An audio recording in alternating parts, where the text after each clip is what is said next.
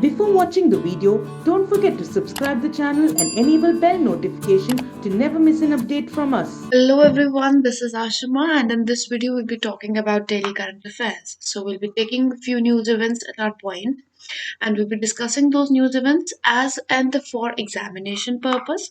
So first is that you get help from examinations about it, and the second one is that it will help you enhance the knowledge about the news event, making it helpful for your interviews as well. Right, so you'll be getting a few information. Sorry about the news and stuff. Sorry the disturbance because I have a bit of cold. So for interview purpose also this will be helpful, right? For all of you who want to take quizzes alongside, for that purpose you can download Entry app, and from there you can take the quiz. Everyday quiz is available free of cost over there, right? Now we'll be taking the first news event of ours, that being Golden Peacock Environment Management Award. Now over here, what is important for us is first of all who has won it from India's side. So in 2020, SAIL or Steel Authority of India Limited has won this award in steel sector. Right, now this award is given in various sectors, right? It is not that in particular it is given on a one or two sectors, it is given in a lot of sectors. So basic purpose of this award is bring corporates into environment management and enhancing the environment with the help of corporates, right? So it is basically to encourage the corporates to enhance their environmental performances and include more environment friendly measures, right? Who has instituted this award? It is award from World Environment Foundation, which made it in 1998. This award was formed in 1998. Now, talking about why SAIL has won this award, there are various you can say things that SAIL had done to encourage environment enhancement. So first one is zero liquid discharge initiative for water conservation, right? So in this, what they had done, or what was the effort that was put in by SAIL, was to take adequate steps to implement treatment and recycling of water before its disposal. So first of all, since the water disposed is very dirty, so first was to treat that water, and second of all, if possible, recycle that water in other purposes in however it is possible. Second, the 4R principle, or reduction, reuse, recycling, and recovery principle for waste management. So this was basically for solid wastes such as in blast furnace and blast furnace dust. So all of that waste should be utilized completely using these 4Rs. Then was biodigesters. Biodigesters have been installed with a capacity of 400 kilogram per day. And what does it do? It handles the biodegradable waste which comes out from canteen or from plant wastes. All that is there. All that is handled in biodigesters. Then biochlorinated biphenyls. Now these have been declared as very toxic pollutants for environment. Right. So there is a project which is coming up from the government of India's side that by 2025 there'll be no polychlorinated biphenyls. Now for this purpose there has to be funding. So the funding of this project is being carried out by SAIL and Global Environmental Facility. So one is Global Environmental Facility and other is SAIL. So SAIL and Global Environmental Facility are together forming this or funding this project, according to which by 2025 we will get rid of polychlorinated biphenyls. Next we have is G7 Summit 2021. Now what is there in this? Sorry. So first of all, in 2021, India has been invited to join the G7 summit, right? And this invitation has been sent by UK Prime Minister Boris Johnson, who is also going to be the chief guest at Republic Day Parade of India. So in 2021, the Republic Day Parade chief guest is going to be Boris Johnson, and he has sent an invite to Prime Minister Narendra Modi for joining the G7 summit to be held in 2021. Apart from India, there are going to be two more hosts that be guests, that being South Korea and Australia. Why these three countries? There's a particular reason for putting these three countries. That is that from 2021, G7 countries are deciding or thinking on forming a D10. That is 10 biggest democracies of the world.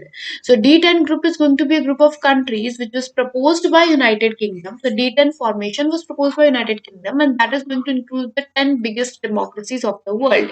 That being G7 countries, which are US, UK, France, Germany, Italy, Japan, and Canada, and India, Australia, and South Korea. That is why in 2021 meeting these three are the guest countries over there, right? So over here what is important is the D10, because of them being the biggest democracies, and this organization to be formed soon. And all of this is because to alternate the 5G equipment which only China's Huawei is making as of now, right? So create alternate suppliers of 5G is one reason why this is being uh, being fastened up, or being this step is being taken up quickly, so that the reliance on China is reduced and other countries can also benefit, and you can say develop an alternating power for China. Next is RuPay contactless offline feature. Now this is just like wallet feature. So we all are available aware about the NCMC card, National Common Mobility Card, which is also known as One Nation, One Card. Right. So in this, using this card, we could make payments on any bus transit or anywhere else. This card was helpful for metro transits, for bus transits, for every sort of transit as well, right? So for that, there's an offline wallet because of which we could do the payment. So this wallet is being linked with RuPay now, right? That making it an offline feature of RuPay. So it is going to be a reloadable wallet feature to be launched by NPCI. Why NPCI? The reason is that NPCI is the parent organization of RuPay, or you can say RuPay is an instrument of NPCI because NPCI had created this payment gateway, right? So obviously they are going to do it. So first of all, for banking, there are certain questions that come up. That is that instruments of RBI, that is RTGS, NEFT, these are all instruments of RBI. And for NPCI also we have RuPay, BHIM, and UPI and AEPS. All of these are of NPCI. So we find certain questions like that in banking exams. Then what technology does it use? It uses near field communication or NFC technology. That thing that you scan and the amount is reduced. Just like you can see in metro transits. You scan the card and money is reduced. Or you can see this feature in certain at POS points also. In POS points, what happens is sometimes they just scan the card and the details are entered automatically. They don't need to insert the card. That is NFC technology, and this feature is going to use offline wallet and NFC technology. Then Gujarat Land Grabbing Prohibition Act 2020, which has come to force in the state of Gujarat. Its purpose is to protect small farmers and citizens against the land grabbing, which can be done by, various corporates or various people, powerful people.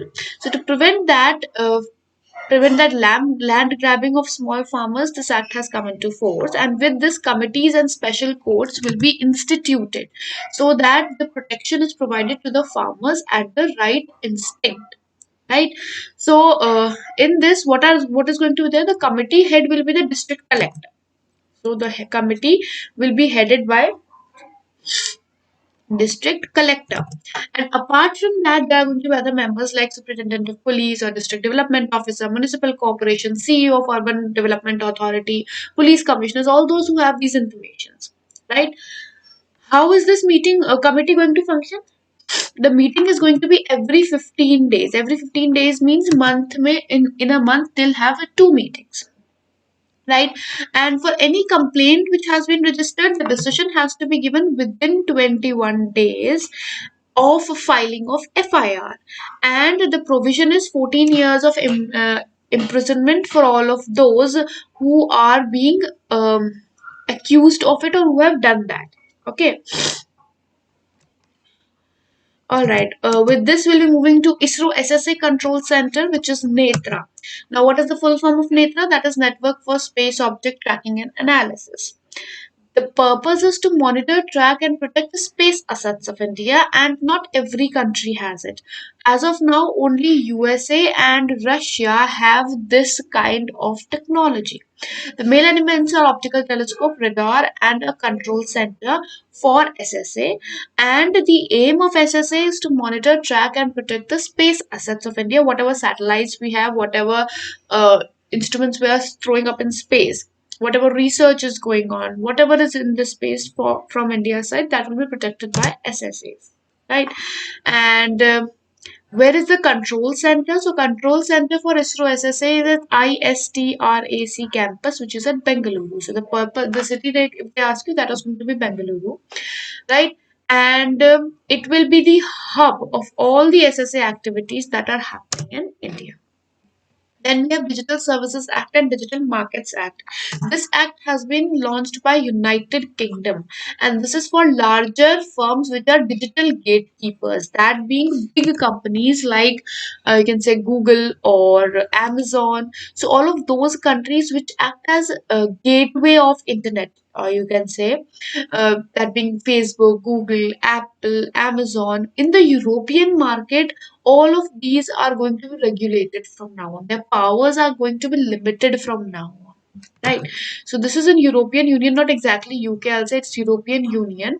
And if any violation of any of the act happens, then 10% of the firm's annual turnover will be taken in as the fine or penalty. Right. Now, we'll talk about a few things that are going to be in this. So, for example, the purpose is that any harmful content which can be available online will not be available to the party or the people. Then advertisements is need to be very clear in whose behalf are they being displayed and what is the purpose of this advertisement, right? And then there's going to be transparency obligations that have been included. That is, if a content is removed from Google, like recently we had seen in India, Paytm was removed from Google Play Store. So if any content is removed from any of these platforms, then they have to give a reason as to why it has been removed, right? And if something has been uploaded, then why that has been uploaded, right? If a person asks them, they have to answer this question. They're obligated to it. If they don't, then 6% of the turnover will be for non-compliance also, right? Uh, so that is a few restrictions, and a lot of restrictions have been put forward. So basically, it's limiting the online platform of the people to bring in more, you can say, answerability to the people and to bring in more powers to the people.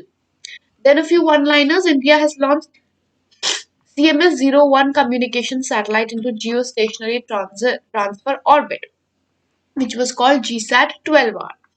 And Government of India has launched an e-booklet which is known as Put in Farmers First, and this is coming quite up in news because first of all, the farmer protests for obvious reasons. Those are one of the reasons why this book has come up. Otherwise, have we had we seen this book? No. So first of all, the question is who has launched up this book. So that is an important one. Second of all, it is a 100-page e-booklet which highlights the success stories of farmers who have benefited from contract farming. Right, so it has all of those people in the booklet who have benefited from contract farming because the three laws which had come for from the government of India side for farmers, that was promoting contract farming, so they had to give something. Right. What were the three acts? That is Essential Commodities Act, Farmers Produce Trade and Commerce Act, and Farmers Agreement of Price Assurance and Farmer Services Act. All of these three acts are important, right? Now, as for who were the highlights of the pamphlet in this whole, that one was HY Fun Foods. HY Fun Foods.